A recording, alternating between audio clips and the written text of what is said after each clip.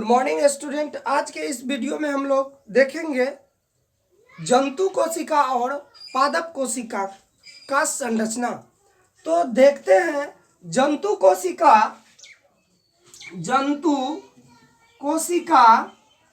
कहते किसे हैं, ये बात थोड़ा सा हम लोग जान लेते हैं। तो देखिए जंतु कोशिका किसे कहते हैं, तो जो कोशिका जंतु के बॉडी में प्रेजेंट होते हैं, जो कोशिका जंतु के शरीर में पाए जाते हैं, उसे हम लोग जंतु कोशिका कहते हैं। तो ये जंतु कोशिका किसे कहते हैं ये बात हम लोग जान लिए। छोटी सी बात है, the cell present in animal body is called animal cell. दूसरा देखते हैं अपना लोग पादप कोशिका। ये पादप कोशिका किसे कहते हैं ये बात जानिए। Plant cell. तो ये जो पादप कोशिका है, जो कोशिका पौधों में पाया जाएगा उसे हम लोग पादप कोशिका कहेंगे। The cell present in plant body is called plant cell. तो आज अपना लोग जानेंगे इस जंतु कोशिका और इस पादप कोशिका का संरचना। आखिर ये जंतु कोशिका और पादप कोशिका का क्या संरचना है, क्या स्ट्रक्चर है, इसके बारे में आज अपना लोग सीखेंगे। स्ट्रक्चर बनाना कोई टफ काम नहीं है, स्ट्रक्चर बहुत आसानी से बन जाते हैं। लेकिन स्टूडेंट ये ध्यान देना होगा कि स्ट्रक्चर कैसे हम बनाते हैं, तो उस पर अगर यदि आप लोग ध्यान दीजिएगा तो तुरंत स्ट्रक्चर बना लीजिएगा। देखते हैं ये जंतु कोशिका और पादप कोशिका की स्ट्रक्चर को। तो इससे पहले हम पढ़ा चुके हैं कोशिका का आकार और प्रकार, ये दोनों हम पढ़ा चुके हैं। तो हम बताए थे कि कोशिका का आकार भिन्न भिन्न होता है। कोई कोशिका गोलाकार भी होता है, कोई अंडाकार भी होता है, कोई लंबाकार भी होता है, कोई आयताकार भी होता है, तो कोई वर्गाकार भी होता है। तो इस प्रकार से कोशिका का आकार अपना लोग इससे पहले पढ़ चुके हैं पहले के वीडियो में। ये सेल चैप्टर का तीसरा वीडियो है। इससे पहले 2 वीडियो हम दे चुके हैं। जो स्टूडेंट वो वीडियो को नहीं देखे हैं तो इस वीडियो के डिस्क्रिप्शन बॉक्स में हम पहला और दूसरा वीडियो का लिंक दे देंगे। उस लिंक से आप जा करके पहला और दूसरा वीडियो का देख सकते हैं सेल चैप्टर का। तो चलिए देखते हैं। कोशिका में बहुत सारे पार्ट पाए जाते हैं जिसे हम लोग कोशिकांग कहते हैं।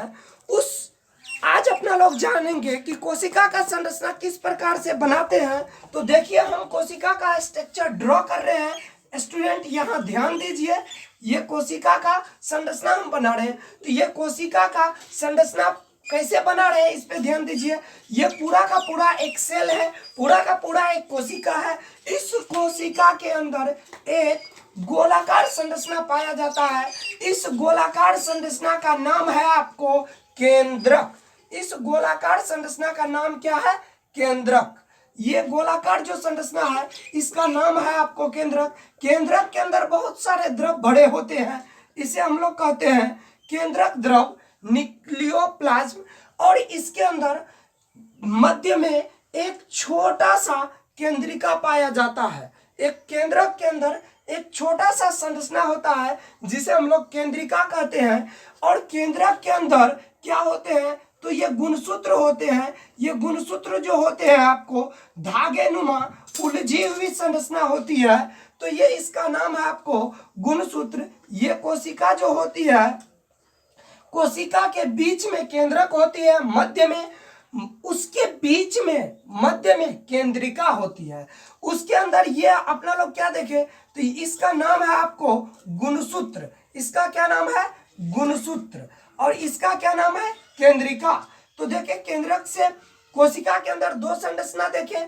अभी अपना लोग एक केंद्रक, और केंद्रक के अंदर क्या देखे, तो गुणसूत्र। अब देखिए इसी केंद्रक से और कोशिका भित्ति से एक जुड़ी हुई संरचना पाई जाती है जिसे हम लोग कहते हैं इंडोप्लाज्मिक रेटिकुलम, अंतःपरदर्वी जालिका। इसे शॉर्टकट में हम लोग ईआर कहते हैं इंडोप्लाज्मिक रेटिकुलम।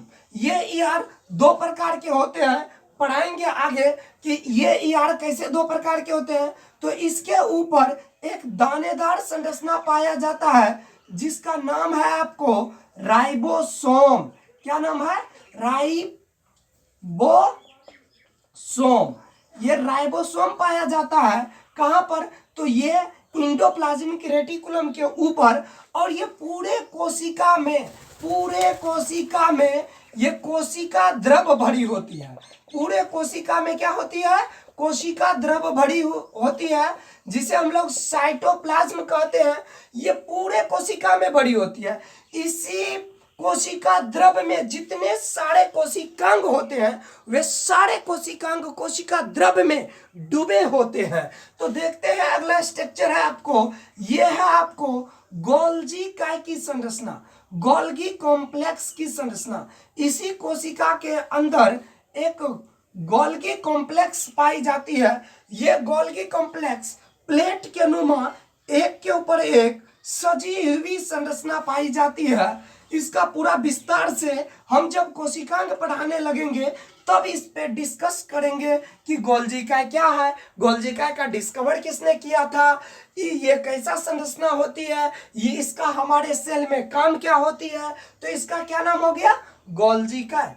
और हमारे बॉडी सेल में एनर्जी उत्पन्न करने के लिए काफी मात्रा में पाया जाता है आपको माइटोकॉन्ड्रिया। इसका क्या नाम है? माइटोकॉन्ड्रिया। ये माइटोकॉन्ड्रिया एक दो नहीं होते हैं, ये माइटोकॉन्ड्रिया कई होते हैं। ये कोशिका की सबसे बाहरी परत है, इसीलिए इसका नाम दे देते हैं कोशिका भित्ति। कोशिका भित्ति, क्योंकि कोशिका के सबसे बाहरी परत है इसीलिए इसका नाम पड़ा कोशिका भित्ति। तो इसे हम लोग कह दिए कोशिका भित्ति। ये हो गया आपको गोल्गी काय। अब देखते हैं इस कोशिका के अंदर और सारे कई संरचना होते हैं, जैसे लाइसोसोम। लाइसोसोम आप लोग जानते हैं कि लाइसोसोम में बहुत ही पाचक एंजाइम भरे होते हैं। इसका नाम है आपको लाइसोसोम।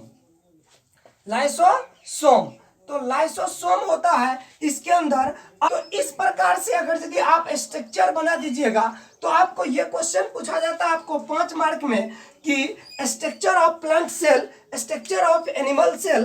तो अगर यदि आपको प्लांट, ये जो अभी हम संरचना बनाए ये किसका है? तो ये है आपको जंतु कोशिका का, जंतु कोशिका का संरचना है, जंतु कोशिका का संरचना है। ये जंतु कोशिका का संरचना है। तो जंतु कोशिका में हम लोग देखें कि क्या क्या इसके अंदर कोशिकांग है। ये हो गया आपको गोल्गी बॉडी। तो इस प्रकार से बहुत सारे तारकाएं होते हैं। और ये जानिए, ये जो होता है ना जंतु कोशिका में लवक नहीं पाए जाते हैं, वो पादप कोशिका में लवक होते हैं। इस तरह से देखिए, ये कोशिका हो गया, ये कोशिका के अंदर ये पूरा का पूरा कोशिका है। इस कोशिका के अंदर ये केंद्रक है। ये केंद्रक के अंदर एक छोटी सी संरचना होती है जिसे हम लोग केंद्रिका कहते हैं। क्या कहते हैं? केंद्रिका। और इसमें देखिए ये पादप कोशिका का संरचना है, प्लांट सेल का स्ट्रक्चर है, इसीलिए इसमें पाया जाता है रिक्तिका। और देखते हैं इसमें टोनोप्लास्ट, और देखते हैं इसमें सेंट्रियोल, और देखते हैं इसमें, तो ये सबसे बाहरी परत है इसीलिए इसका नाम पड़ा कोशिका भित्ति। कोशिका भित्ति के अंदर एक और संरचना होती है, ये संरचना, इस संरचना का नाम है कोशिका झिल्ली।